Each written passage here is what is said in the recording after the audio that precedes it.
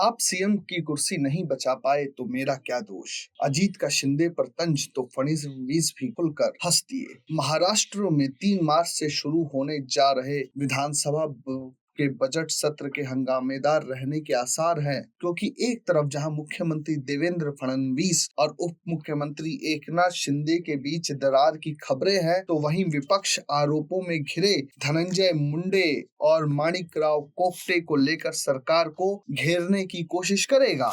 इस बीच सीएम देवेंद्र फडणवीस, अजीत पवार और एकनाथ शिंदे की संयुक्त प्रेस वार्ता के दौरान अजीत ने शिंदे पर ऐसा तंज कसा कि फडणवीस भी हंस पड़े। अजीत पवार ने शिंदे को कहा कि आप अपनी सीएम की कुर्सी नहीं बचा पाए तो इसमें मेरा क्या दोष। पूरा मामला क्या है वो भी आपको समझाते हैं। राज्य का बजट सत्र 3 मार्च से शुरू होगा। इस सत्र की पूर्व संध्या पर महागठबंधन सरकार ने विपक्ष को चाय पार्टी पर आमंत्रित किया था। हालांकि विपक्ष ने सरकार की चाय पार्टी का बहिष्कार कर दिया। इसके बाद मुख्यमंत्री देवेंद्र फडणवीस, उप मुख्यमंत्री एकनाथ शिंदे और दूसरे उप मुख्यमंत्री अजीत पवार ने संयुक्त प्रेस कॉन्फ्रेंस की।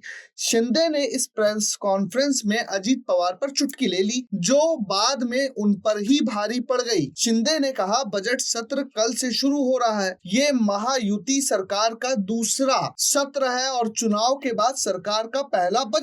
भले ही महायुति सरकार का कार्यकाल नया हो गया है, लेकिन टीम अभी भी वही है। केवल हम 2 लोगों एकनाथ शिंदे और देवेंद्र फडणवीस की सीटों की अदला बदली हुई है, लेकिन अजीत पवार की कुर्सी तय है। शिंदे की चुटकी पर अजीत पवार ने तुरंत एकनाथ शिंदे के बयान पर प्रतिक्रिया दी और प्रेस कॉन्फ्रेंस में खूब हंसी मजाक हुआ। इस पर मुख्यमंत्री देवेंद्र फडणवीस भी जोर से हंसते नजर आए। इस पर बोलते हुए मुख्यमंत्री देवेंद्र फडणवीस ने कहा कि हमारी घूमती हुई कुर्सी एक कुर्सी है। अजीत पवार ने एकनाथ शिंदे पर कटाक्ष करते हुए कहा, आप एकनाथ शिंदे अपनी कुर्सी मुख्यमंत्री पद की स्थिर नहीं रख सके तो मैं इसमें क्या कर सकता हूँ। इससे पहले भी जब चुनाव के परिणाम आए थे और महाविकास अघाड़ी महाराष्ट्र से महाहार में तब्दील हो गई थी, उड़ गई थी, तो उस समय भी एक संयुक्त प्रेस वार्ता ऐसी ही हुई थी, जिसमें अजीत पवार ने खुलकर कहा था कि मैं तो डिप्टी सीएम बनने वाला हूं।